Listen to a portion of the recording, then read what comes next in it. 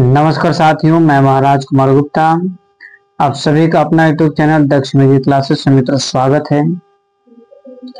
साथियों, यदि आपको बीपीएससी तैयारी 4.0 के माध्यम से म्यूजिक का साथी शिक्षक बनना है तो साथियों आप हमारे साथ प्रतिदिन रात्रि 8 बजे साथियों क्लास को आप जरूर ज्वाइन करें और बेहतरीन साथियों शिक्षा लेने के लिए टाइम को आप नोटिस करें, रात्रि 8 बजे। और यदि साथियों आप 100% एग्जाम क्वालिफाई होना चाहते हैं तो हमारे द्वारा बनाए गए साथियों पैकेज को आप जरूर परचेज कर लें। साथियों आज का पहला प्रश्न हमारा है, ध्यान दीजिएगा। जिस थाट के अंतर्गत राग की उत्पत्ति मानी जाती है उसे क्या कहते हैं? ए में हमारा शुद्ध राग है, बी में चंद्र राग है, सी में आश्रय राग है, डी में उपयुक्त में से एक से अधिक, ई में साथियों उपयुक्त में से कोई नहीं।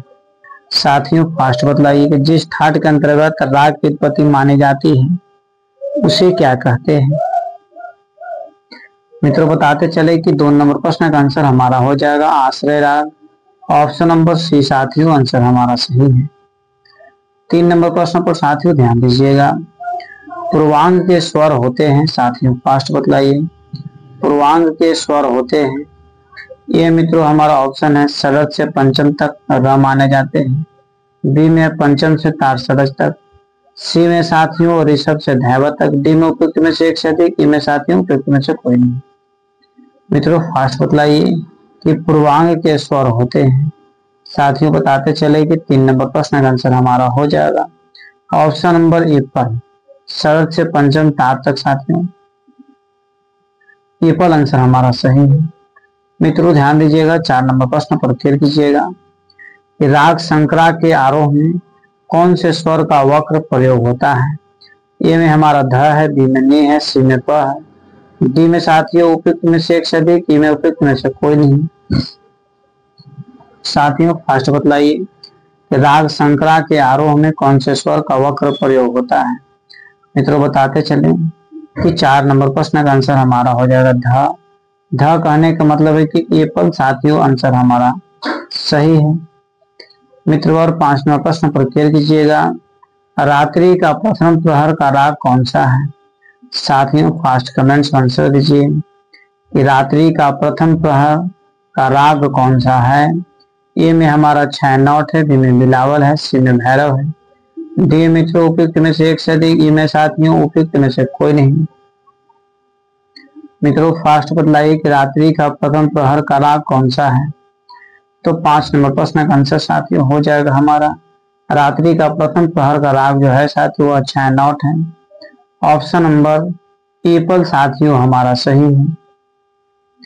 मित्रों 6 नंबर प्रश्न पर ध्यान दीजिएगा और यदि साथियों आप हमारे चैनल पर पहली बार विजिट कर रहे हैं तो चैनल को साथियों सब्सक्राइब करना ना भूलें और लगातार साथियों क्लास को ज्वाइन जरूर करें।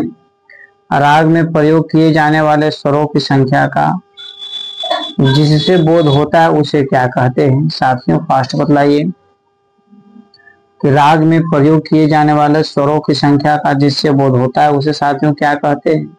ए में हमारा तान है, बी में आलाप है, सी में जाति है, डी में साथियों उपयुक्त में से एक से अधिक, ई में है उपयुक्त में से कोई नहीं। ठीक है, फर्स्ट साथियों कमेंट्स में आप आंसर दीजिए कि 6 नंबर प्रश्न का आंसर क्या होगा। मित्रों बताते चले कि 6 नंबर प्रश्न का जाति एकदम आंसर सही है, सी नंबर। ठीक है मित्रों 7 नंबर प्रश्न पर ध्यान दीजिएगा।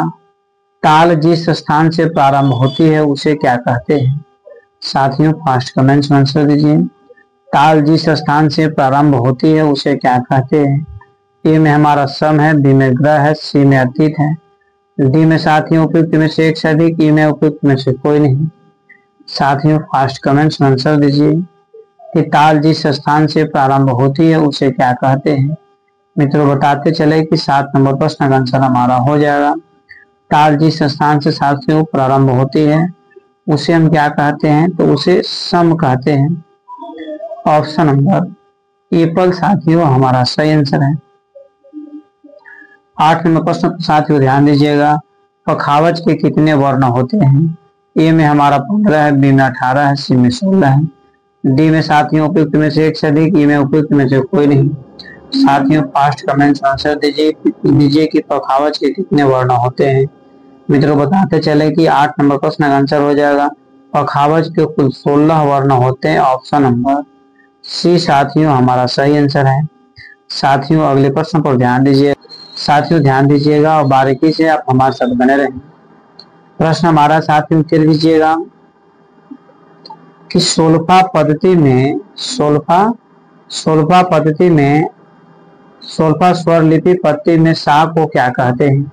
ए में हमारा रे है, बी में डो है, सी में मी है, डी में साथियों उपयुक्त में से एक से अधिक, ई में उपयुक्त में से कोई नहीं। साथियों फास्ट कमेंट्स में आंसर दीजिए कि सोल्फा स्वर लिपि पद्धति में सा को क्या कहते हैं। तो 9 नंबर प्रश्न का आंसर साथियों हो जाएगा ऑप्शन नंबर बी, डो कहते हैं। डो डो डो डो मतलब बी आंसर साथियों हमारा क्या है, सही है। ठीक है साथियों फास्ट अगले प्रश्न पर ध्यान दीजिएगा।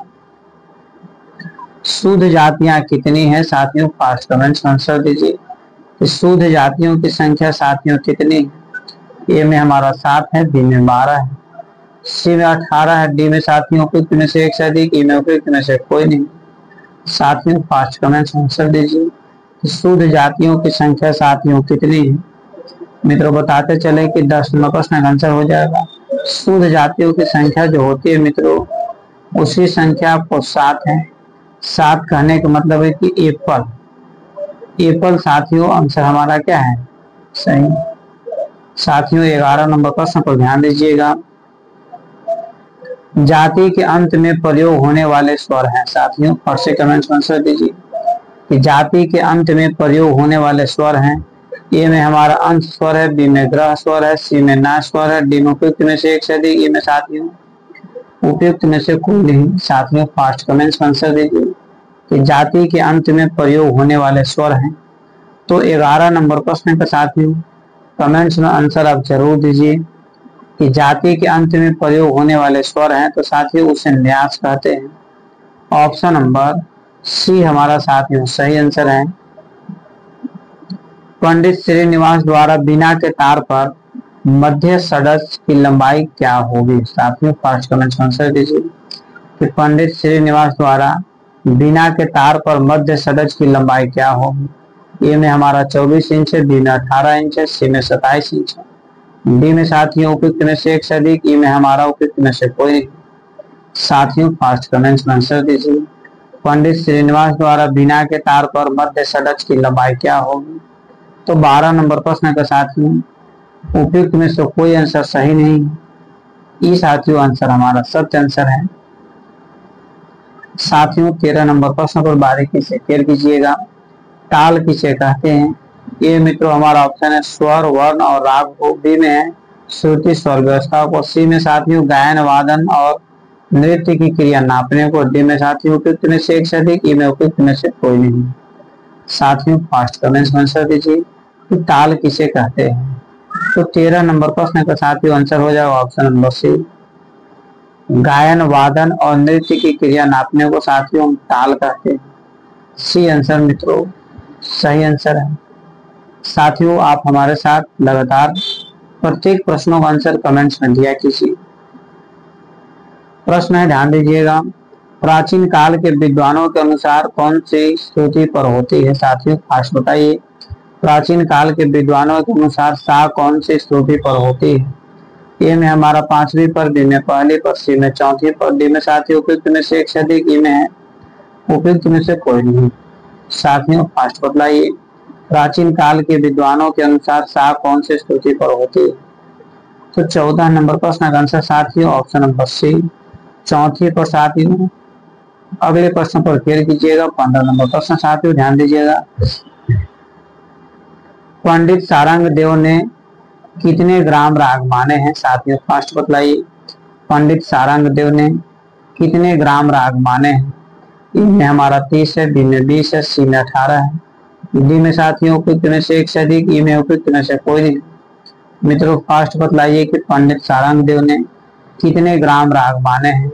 तो 15 नंबर प्रश्न का आंसर साथियों हो जाएगा 30। ऑप्शन नंबर एप्पल साथियों हमारा सही आंसर है। पंडित सारंग देव ने कितने ग्राम राग माने हैं। तो 15 नंबर प्रश्न का साथियों आंसर हमारा हो जाएगा ऑप्शन नंबर 1 पर।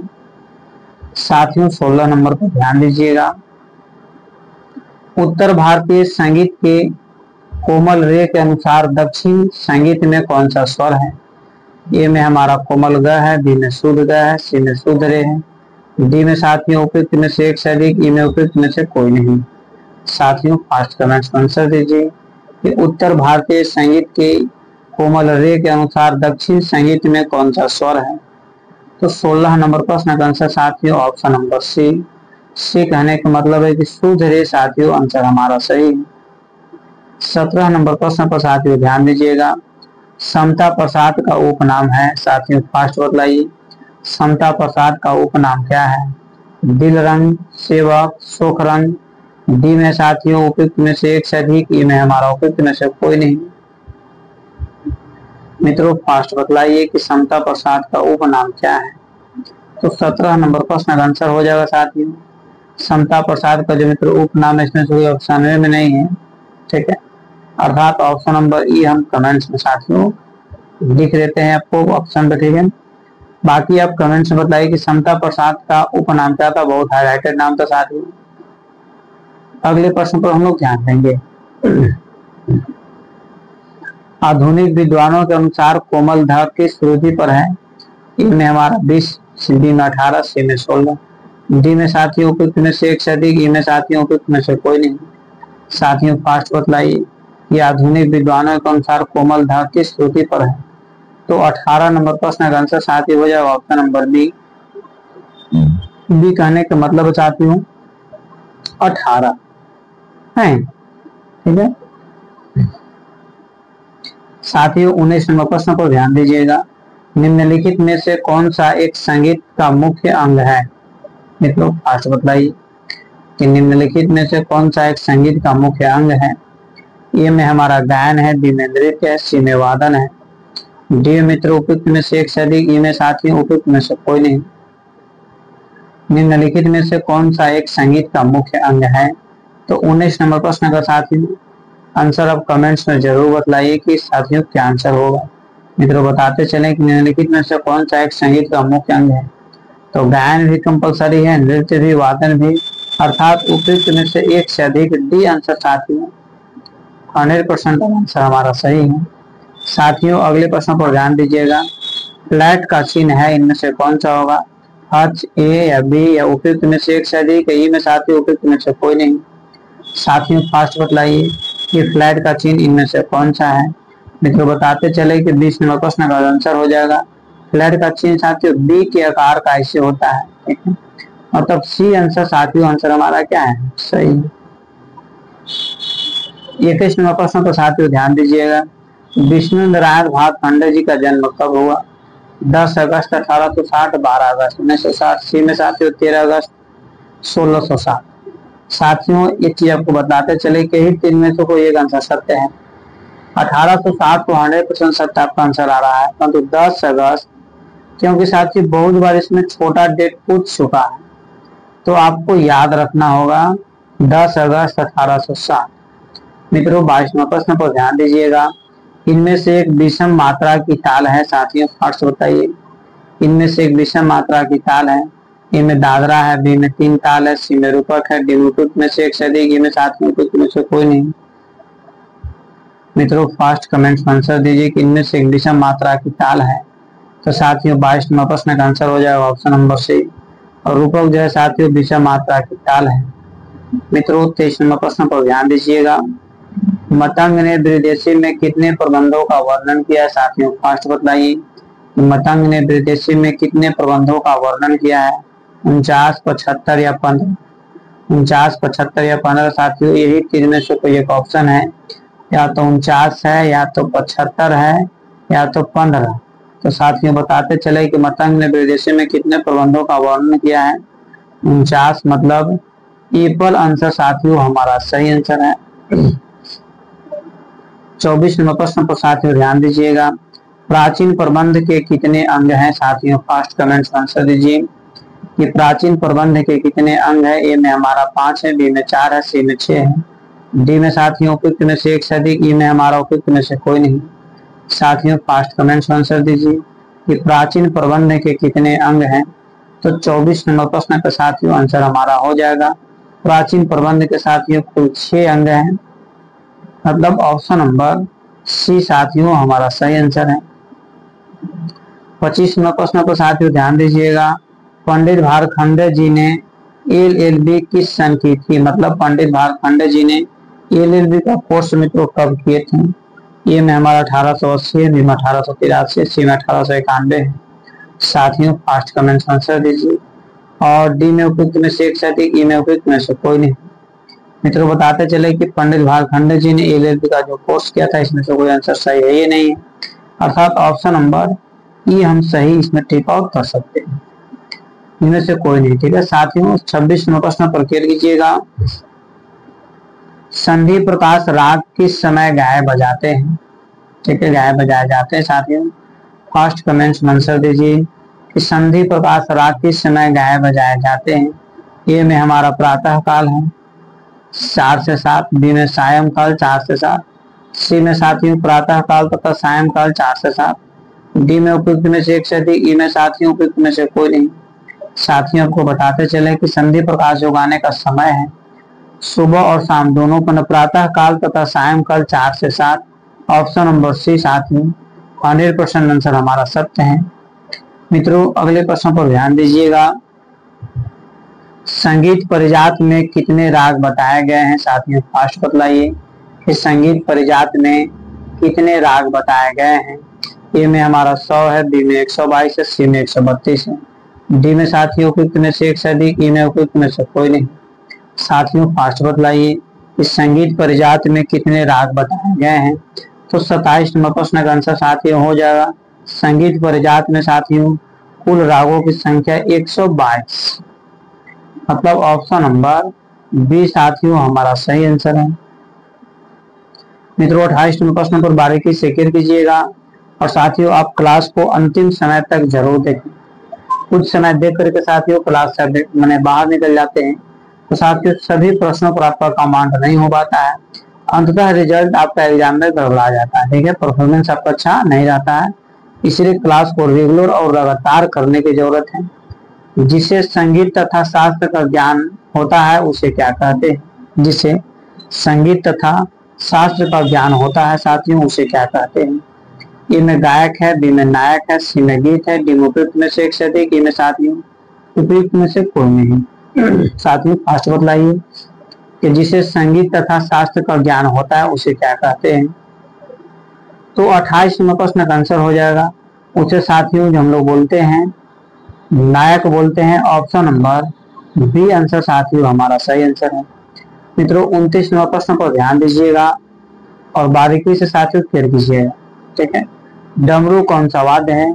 ए में तख्त है, बी में सुशीर होगा, सुशीर, सी में साथियों अवनत है और डी में उपयुक्त में से एक से अधिक, ई में साथियों उपयुक्त में से कोई नहीं। साथियों फास्ट बतलाइए कि डमरू कौन सा वाद्य है। तो मित्रों बताते चले कि डमरू जो वाद्य है मित्रों उसको अवनत वाद्य के अंतर्गत रखा जाएगा। ठीक है ऑप्शन नंबर सी साथियों हमारा सही आंसर है। 30 नंबर प्रश्न पर साथियों ध्यान दीजिएगा, राग तरंगिणी ग्रंथ का रचना काल किस शताब्दी का है। साथियों फास्ट कमेंट्स में आंसर दीजिए कि राग तरंगिणी ग्रंथ का रचना काल साथियों किस शताब्दी में हुआ था। 16वीं शताब्दी, 15वीं शताब्दी, 17वीं शताब्दी, यही 3 में से ऑप्शन मित्रों अब एक आंसर हमारा सही है। मित्रों फास्ट बतलाइए कि राग तरंगिणी ग्रंथ का रचना काल किस शताब्दी में हुआ था। तो 30 नंबर प्रश्न का साथियों आंसर हमारा हो जाएगा ऑप्शन नंबर बी 15वीं शताब्दी साथियों सही आंसर हमारा है। 31 नंबर प्रश्न पर मित्रों ध्यान दीजिएगा, आधुनिक ठाट वर्गीकरण किस ग्रंथ का है। ए में साथियों संगीत राज है, बी में संगीत परिजात है, सी में संगीत रत्नाकर है, डी में उपयुक्त में से एक से अधिक, ई में साथियों उपयुक्त में से कोई नहीं। साथियों फास्ट कमेंट्स आंसर दीजिए कि आधुनिक ठाट वर्गीकरण किस ग्रंथ का है। तो साथियों 31 नंबर प्रश्न का आंसर हमारा हो जाएगा ऑप्शन नंबर ई। ई कहने का मतलब साथियों को उपयुक्त में से कोई आंसर सही नहीं। 32 नंबर प्रश्न तो साथियों बारीकी से क्लियर कीजिएगा, श्री राग का ठाट क्या है। श्री राग का ठाट क्या है? ए में साथियों काफी होगा, ए में काफी, बी में पूर्वी, सी में भैरव, डी में साथियों उपयुक्त में से एक से अधिक, ई में उपयुक्त में से कोई नहीं।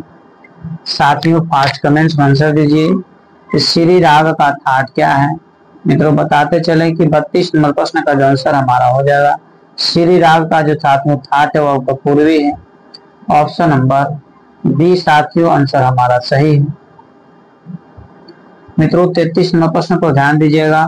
किस गीत को अंत में द्रुत या कहरवा ताल में गाते हैं? साथियों फास्ट बतलाइए। किस गीत को अंत में द्रुत कहरवा ताल में साथियों गाते हैं? ए में मेरा ख्याल है, बी में धमार है, सी में ठुमरी है, डी में उपयुक्त में से एक से अधिक, ई में साथियों उपयुक्त में से कोई नहीं।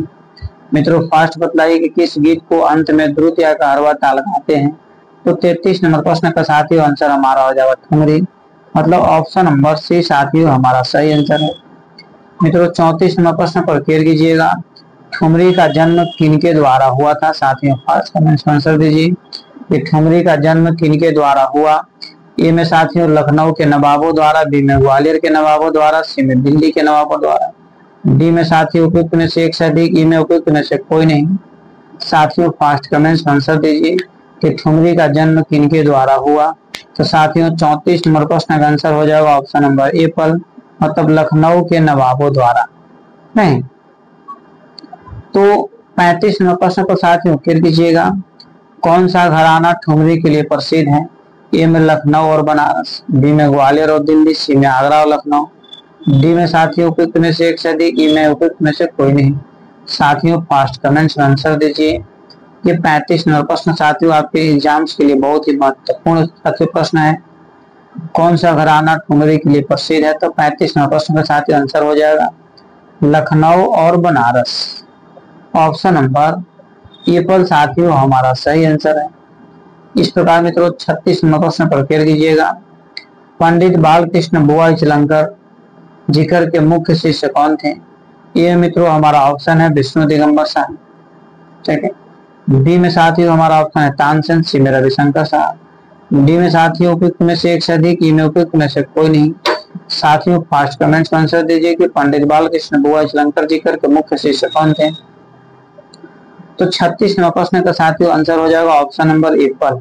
एप्पल कहने का मतलब है कि विष्णु दिगंबर पाल, उसका सब साथियों आंसर हमारा सही है। मित्रों लगातार आप जैसे क्लास को ज्वाइन कीजिए और साथियों यदि अभी तक आप पैकेज नहीं परचेज किए हैं तो इस नंबर के माध्यम से साथियों आप हमसे कांटेक्ट करें। साथियों तत्काल आपको पैकेज प्रोवाइड करवा दिया जाएगा ताकि साथियों 100% आपका रिजल्ट हो सके। प्रश्न हमारा है, ध्यान दीजिएगा, इस शुद्ध स्वर से ऊपर नीचे आने वाले स्वर को क्या कहते हैं? ए में हमारा तीव्र स्वर है, बी में कोमल स्वर है, सी में मंद्र स्वर है, डी में उपयुक्त में से एक से अधिक, ई में साथियों उपयुक्त में से कोई नहीं। साथियों फास्ट कमेंट्स में आंसर दीजिए। इस शुद्ध स्वर से ऊपर नीचे आने वाले स्वर क्या कहते हैं? तो 37 नंबर प्रश्न का साथियों आंसर हो जाएगा ऑप्शन नंबर ई, मतलब उपयुक्त में से कोई सही आंसर साथियों नहीं है, ठीक है। ई आंसर इसमें से क्या है? सही आंसर है। मित्रों अगले प्रश्न पर आप ध्यान दीजिएगा और क्लियर कीजिएगा। साथियों जौनपुरी की ठाट का राग है। ए में साथियों हमारा आसावरी है, बी में बिलावल है, सी में तोड़ी है। साथियों 38 नंबर प्रश्न तो यही तीन में से वही साथियों का आंसर सही हमारा है। तो मित्रों फास्ट बताइए कि जौनपुरी किस ठाट का राग है। साथियों बताते चले कि 38 नंबर प्रश्न का आंसर हमारा हो जाएगा जौनपुरी मित्रों आसावरी ठाट का राग है, ऑप्शन नंबर ए पर आंसर हमारा साथियों सही है। मित्रों 39 नंबर प्रश्न पर क्लियर कीजिएगा। तबला पखावज संगतकर्ता को गायक के किस ओर बैठना चाहिए? तबला या पखावज जो संगतकर्ता होता है गायक के साथ किस ओर बैठना चाहिए? ए में हमारा गायक के सामने है, बी में गायक के पीछे, सी में गायक के दाईं ओर है, डी मित्रों उपयुक्त में से एक से अधिक, ई में साथियों उपयुक्त में से कोई नहीं। साथियों फास्ट कमेंट्स में आंसर दीजिए कि 39 नंबर प्रश्न का आंसर क्या होगा। मित्रों बताते चले कि तबला या पखावज के संगतकर्ता गायक के साथ किस ओर बैठना चाहिए? तो हमेशा गायक के दाईं ओर बैठना चाहिए, ऑप्शन नंबर सी साथियों हमारा सही है। मित्रों 40 नंबर प्रश्न पर ध्यान दीजिएगा। पंडित बालकृष्ण बुआ चलंकर जिकर के मुख्य शिष्य कौन थे? साथियों यह क्वेश्चन दोबारा रिपीट आपका है, इसलिए इस प्रश्न में साथियों समय नहीं देंगे। साथियों कमेंट्स और डायरेक्ट बताइए कि पंडित बालकृष्ण बुआ चलंकर जिकर के मुख्य शिष्य कौन थे? पंडित विष्णु दिगंबर, तानसेन रविशंकर, उपयुक्त में से एक से अधिक है और उपयुक्त में से कोई नहीं। साथियों 100% आप लोग का सही आंसर आ रहा है, एप्पल एकदम सही आंसर है। साथियों जानबूझ करके एक दो क्वेश्चन साथियों रिपीट किया जाता है ताकि आपका प्रेजेंट ऑफ माइंड काम कर रहा है कि नहीं कर रहा है। साथियों आज का यह अंतिम प्रश्न है, ध्यान दीजिएगा। स्वरों द्वारा ऊपर जाने की क्रिया को क्या कहते हैं? साथियों फास्ट बताइएगा। स्वरों द्वारा ऊपर जाने की क्रिया को क्या कहते हैं? आरोह, अवरोह, पकड़, उपयुक्त में से एक से अधिक या उपयुक्त में से कोई नहीं। साथियों फास्ट बतलाइए, इस स्वरों द्वारा ऊपर जाने की क्रिया को क्या कहते हैं? मित्रों बताते चले कि स्वरों द्वारा ऊपर जाने की क्रिया को साथियों आरोह कहते हैं। ऑप्शन नंबर एप्पल साथियों हमारा आंसर क्या है? सही है। इस प्रकार मित्रों आज का क्लास साथियों यहीं पर समाप्त किया जा रहा है। मित्रों यहाँ पर सभी टोटल 41 मतलब 41 प्रश्नों का आंसर साथियों आपको यहाँ पर दे दिया गया है। साथियों आप इसे स्क्रीनशॉट लेकर के पुनः क्लास को ज्वाइन कीजिए और साथ ही इसे आंसर को मिलाइए कितने प्रश्नों का आपका आंसर सही हो रहा है और आप कमेंट्स में जरूर बताइए। साथियों यदि आप state BPSC, DSSB, NET, KVS, MLS या फिर मित्रों बीपीएससी टीआरई 4.0 साथियों क्वालिफाई होना चाहते हैं तो मित्रों दिए गए नंबर से साथियों आप उनसे संपर्क करें। साथियों तत्काल आपको संपूर्ण पैकेज प्रोवाइड करवाया जाएगा जिससे साथियों 100% आपका रिजल्ट होने की चांस बन जाता है। साथियों भारतीय होने के नाते एक बार जोरदार जयकारा बोलिएगा, एक बार प्रेम से बोलिए भारत माता की जय।